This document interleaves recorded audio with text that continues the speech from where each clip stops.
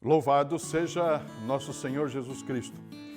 Semana passada, em nosso programa, nós refletimos sobre as 3 primeiras partes da homilia do Papa, o Santo João Paulo II, por ocasião da beatificação de Ozanam. E no programa de hoje, vamos refletir as outras 4 partes. Então vamos lá, a 4ª parte, Ozanam e o seu amor efetivo. Ozanam amava os necessitados. Ozanam escolheu amar os mais pobres entre os pobres. O amor efetivo pressupõe amar os pobres na sua totalidade. Não é uma pessoa apenas com fome ou alguma necessidade específica. É o próprio Filho de Deus, desprezado pela sociedade e que precisa urgentemente ser reintegrado ao convívio social, vivendo dignamente. Nos diz Ozanam a este respeito: a obra principal das conferências é a visita ao pobre lá no seu domicílio. Desta visita resulta uma acentuada influência moral que passa a funcionar na correção dos costumes, na educação das crianças, no alívio das misérias materiais e nos vícios a combater e destruir. A 5ª parte. Ozanam conhece a situação real dos pobres. Conhecer a situação dos pobres sempre foi a preocupação de Ozanam. Quem ama, conhece. E só quem conhece é capaz de promover, é capaz de reparar a injustiça cometida para com os pobres. Caridade e justiça caminham juntas. Ozanam tem um grande empenho social e político, pois ninguém pode aceitar a miséria como fatalidade.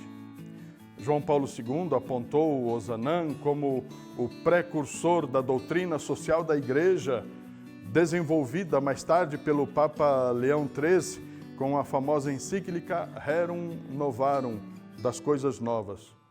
Ozanam utilizou de sua sabedoria, do seu conhecimento, para servir os pobres. Acreditava que a caridade não é esmola, mas solidariedade. Ser solidário é estar atento às necessidades do pobre.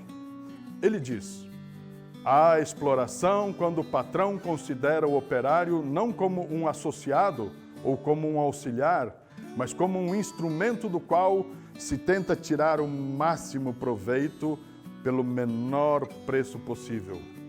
Mas a exploração do homem pelo homem é escravidão.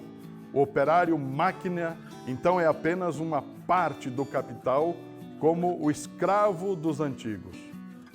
O trabalho torna-se escravidão. Na 6ª parte, Ozanam é apresentado como o apóstolo da caridade. O Papa apresentou Ozanam como o apóstolo da caridade, jovem dedicado aos estudos, preocupado em propagar a verdade. Jovem sempre preocupado em instruir outros jovens. Ele foi um homem de pensamento, mas também de ação. Esta renovação mostra sua sensibilidade de como o cristão deve entender sua fé e colocar-se frente às mudanças sociais. Assim nos diz: a questão que agora agita o mundo não é uma questão de pessoas nem de formas políticas. A questão que atualmente agita as pessoas é a luta dos que não têm nada contra aqueles que possuem em demasia. É o choque violento entre a riqueza e a pobreza que faz tremer o solo sob nossos pés. Desta forma, é nosso dever de cristãos e que consiste em nos colocarmos entre estes inimigos irreconciliáveis. E por último, a 7ª parte, o testemunho de Ozanam. Esse testemunho aos jovens do nosso tempo.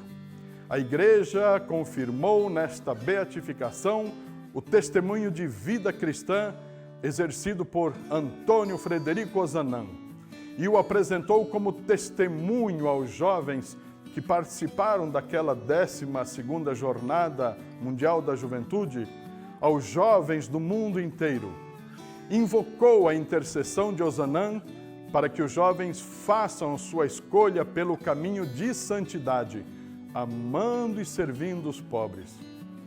E encerro com as palavras de João Paulo II. Oxalá abram melhor os olhos da própria alma às necessidades tão numerosas dos homens de hoje. Compreendam estas necessidades como desafios. Cristo chama-os, cada um pelo seu nome, a fim de que cada um possa dizer: eis aqui o meu caminho.